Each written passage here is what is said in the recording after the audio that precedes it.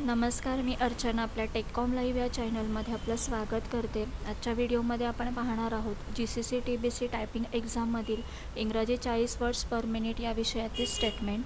या स्टेटमेंटसाठी आवश्यक असणाऱ्या सर्व बाबींचा अभ्यास इथे आज आपण या ठिकाणी करणार आहोत। चला तर मग स्टेटमेंट शिकण्यास सुरुवात करूयात।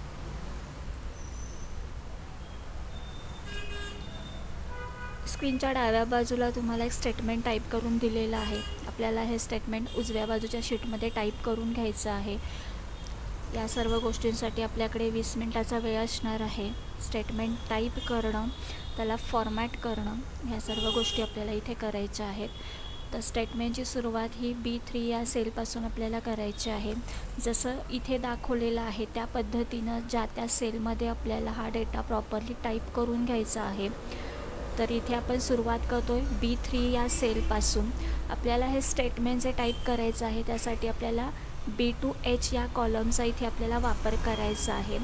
तर इथं दाखवल्या पद्धतीने सेल रेफरन्स आपल्याला इथे यूज करायचे आहेत।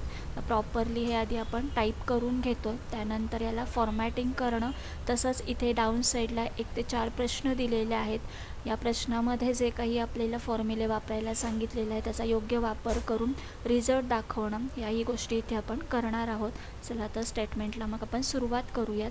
इथे पहिल्यांदा आपण B3 ही सेल ॲक्टिव्ह केलेली आहे। स्टेटमेंटचं हेडिंग इथे आपल्याला टाईप करून घ्यायचं आहे। हे हेडिंग जे आहे आपल्याला ऑल लेटर्स कॅपिटलमध्ये टाईप करायचं आहे। त्यासाठी इथे मी कॅप्स लॉक ऑन करून हे हेडिंग जे आहे टाईप करून घेते आहे।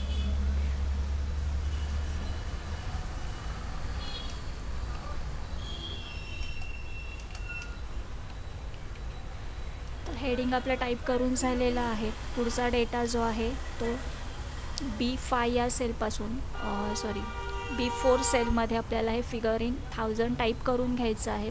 तर इथे B4 ही सेल आता ॲक्टिव्ह केलेली आहे।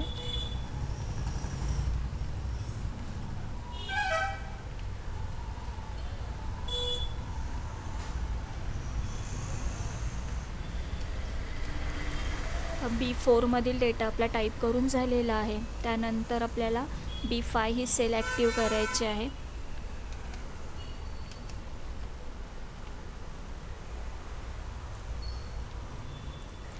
त्यानंतर B7 या सेलपासून आपल्याला इथं 1 ते 8 व्हॅल्यू इथं इन्सर्ट करायचे आहेत। तर हे नंबर्स इथे इन्सर्ट न करता आपल्याला इथे ऑटोफिल कमांडचा वापर करायचा आहे। तर ती कमांड कशी वापरायची ते इथे मी आता तुम्हाला दाखवते आहे। इथे आपली जी फर्स्ट व्हॅल्यू आहे 1 ती टाईप करून घ्यायची आहे। ही सेल अशा पद्धतीने सिलेक्ट करायची आहे। एडिटिंग ग्रुपमध्ये फिल ही कमांड ओपन करायची आहे। याच्यामध्ये सिरीज, यातून हा डायलॉग बॉक्स ओपन होईल। यामध्ये आपल्याला सिरीज इन ठेवायचं आहे, कॉलम टाईप ठेवायचा आहे लायनर, आणि इथे स्टेप व्हॅल्यू आपली 1 जो नंबर आहे तो दिसतो इथे आपल्याला स्टॉप व्हॅल्यू द्यायची आहे। शेवटचा जो नंबर आपला असणार आहे 8 तो इथे टाईप करून घ्यायचा आहे। त्यानंतर ओकेवर क्लिक करायचं आहे। तर अशा पद्धतीने आपल्याला ऑटोफिल कमांडचा वापर करून सिरियल नंबर इन्सर्ट करायचे आहेत।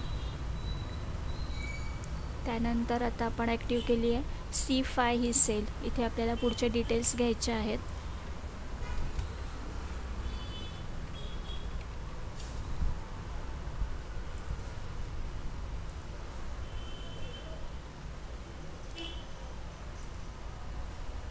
C7 मध्ये आपण C कॉलममधले जे पार्टिकल्स आहेत ते इथून आपण सुरुवात करतो C7 पासून।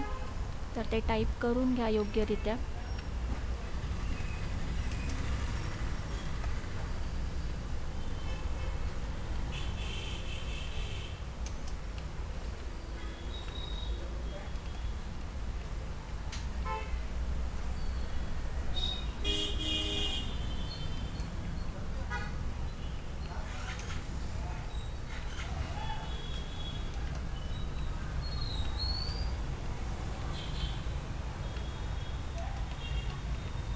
अशा पद्धतीने आपले 8 पार्टिकल्स आहेत ते टाईप करून झालेले आहेत। पुढे आपल्याला इथं तर आपण सेल ॲक्टिव्ह केलेली आहे D7। तर D7 मध्ये आपल्याला इथे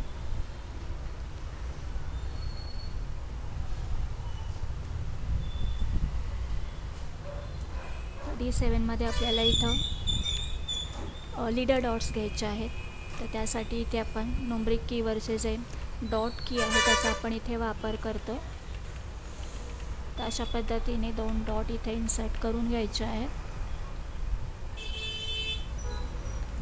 त्यानंतर पुढचा डेटा E5 मधील डेटा इथे आपण आता टाईप करून घेतो.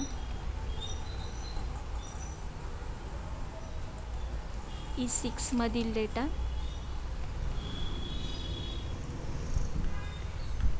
F6 मधील डेटा, तर G5 मधील डेटा टाईप करून घ्यायचा आहे. थोडक्यात आपल्याला प्रॉपरली इथं दाखवल्या पद्धतीनेच त्या सेल रेंजमध्येच आपल्याला हा डेटा घ्यायचा आहे. त्यामुळे टाईप करत असताना व्यवस्थित सेल ॲक्टिव्ह करा आणि इथं दाखवल्या पद्धतीनेच डेटा या सेलमध्ये इन्सर्ट करा. त्यानंतर ह्या 4 कॉलममध्ये आपल्याला फिगर्स टाईप करून घ्यायचे आहेत. तर हे फिगर टाईप करत असताना इथे आपल्याला 1000 सेपरेट दाखवायचं आहे. तर त्यासाठी आपण कीबोर्डवरचा जो कॉमा आहे या कीचा वापर करायचा आहे. इथं कोणत्याही पद्धतीचं नंबर फॉर्मॅटिंग आपल्याला वापरायचं नाही, ही गोष्ट इथे लक्षात घ्या. तर इथे आपल्याला कॉमा सेपरेटेड देऊन 1000 दाखवायचे आहेत. अशा पद्धतीने नंबर टाईप करून घ्यायचे आहेत.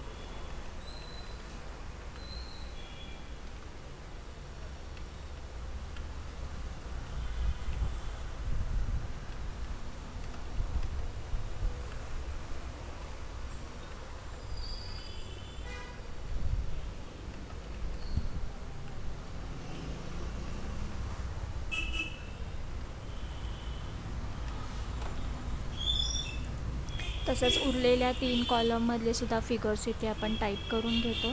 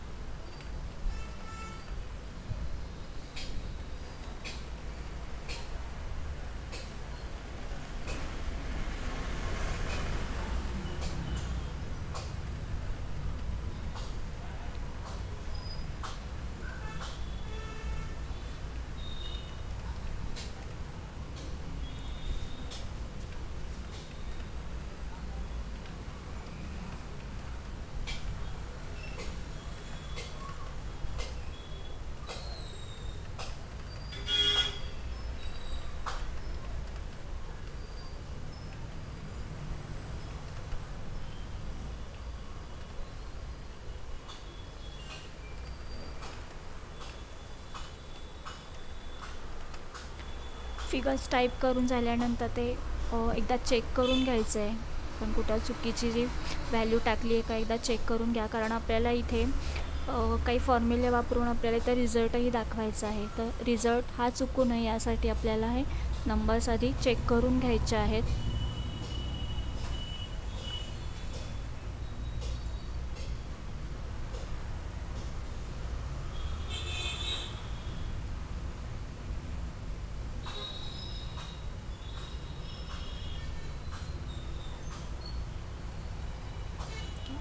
तर इथे आपण फॉर्मॅटिंग करण्याआधी हे प्रश्न आधी आपण इथे सोडवून घेऊयात, त्यानंतर आपण फॉर्मॅटिंग करणार आहोत.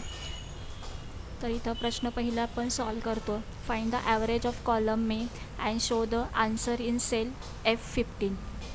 तर ॲव्हरेज आपल्याला F15 या सेलमध्ये दाखवायचे आहे. तर त्यासाठी आधी F15 सेल सिलेक्ट करायचे आहे. इथे आपल्याला ॲव्हरेज फॉर्म्युला घ्यायचा आहे. त्यासाठी इथे फॉर्म्युला टॅबचा वापर करायचा आहे. यामध्ये ऑटो सम या ड्रॉपडाऊन ॲरोवर क्लिक करायचं आहे आणि याच्यातून ॲव्हरेज ही कमांड सिलेक्ट करायची आहे. त्यानंतर एंटर की प्रेस करायचे. तरी अशा पद्धतीने आपल्याला हे फॉर्म्युले वापरायचे आहेत. तर इथे आपली ॲव्हरेज डिस्प्ले करून झालेली आहे. तर पुढचा प्रश्न आपण फाइंड करतो. Find the sum of month of November in the cell G15. G15 सेलमध्ये आपल्याला सम फॉर्म्युलाचा वापर करायचा आहे. त्यासाठी फॉर्म्युलाज ऑटो सम यातून सम कमांड ॲक्टिव्ह करून एंटर घ्यायचे आहे. त्यानंतर find the maximum value of column April and show the result in cell E15. तर मॅक्झिमम व्हॅल्यू आपल्याला एप्रिल मंथची फाइंड करायची आहे. E15मध्ये रिझल्ट दाखवायचा आहे. तर E15 सेल सिलेक्ट करायचे आहे. फॉर्म्युलाज ऑटो सम ड्रॉपडाऊन याच्यातून आपल्याला घ्यायचं आहे मॅक्स फंक्शन. तर एंटर प्रेस करायचं आहे. त्यानंतर last question, find the minimum value of column December and show in cell H15.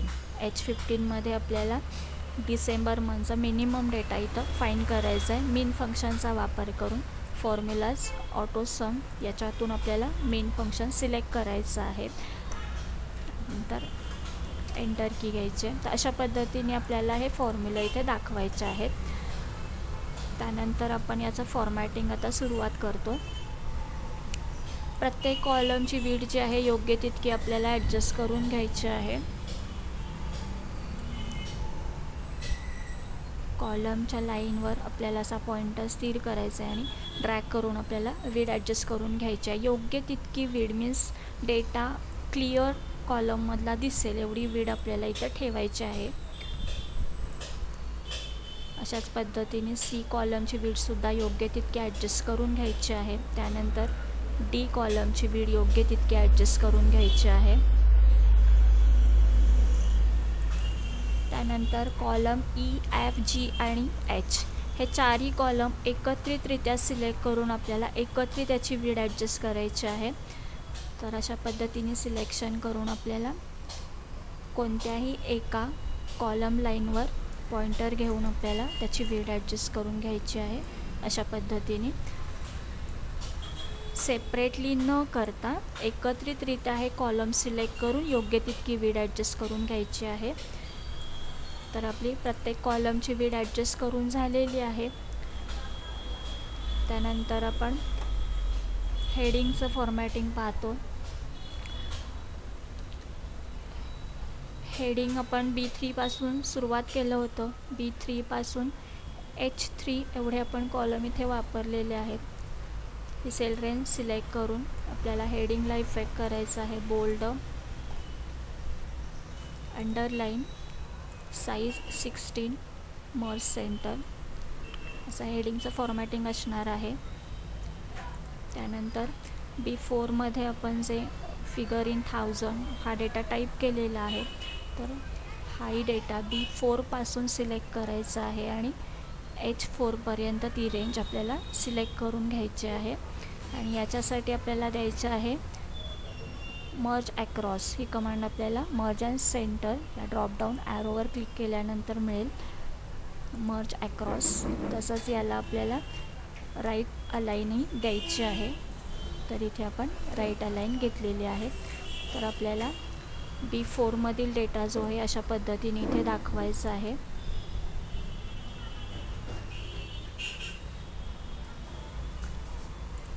त्यानंतर आपल्याला सिरियल नंबर आणि त्याखाली सेल मीन्स B5 and 6 याला आपल्याला मर्ज सेंटर या कमांडचा वापर करायचा आहे.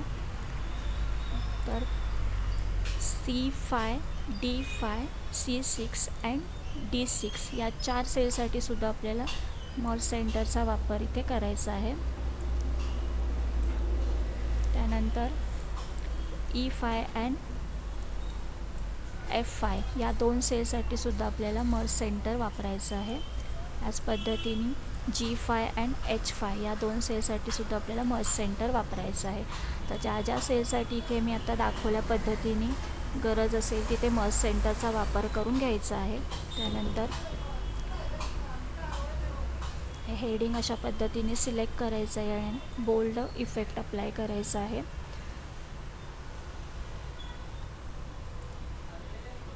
त्यानंतर हे स्टॅटिस्टिकचे जे 4 कॉलम आहेत ते अशा पद्धतीने सिलेक्ट करून याला सेंटर अलाइन करायचे आहे. सिरियल नंबर यासाठी सुद्धा आपल्याला सेंटर अलाइनचा वापर करायचा आहे.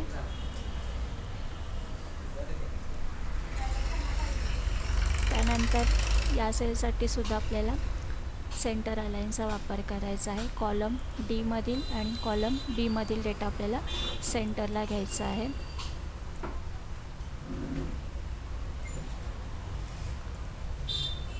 त्यानंतर आपण बॉर्डरचे टाईप आता पाहतो. हे जे हेडिंग आहे याच्यासाठी आपल्याला ऑल बॉर्डरचा वापर करायचा आहे.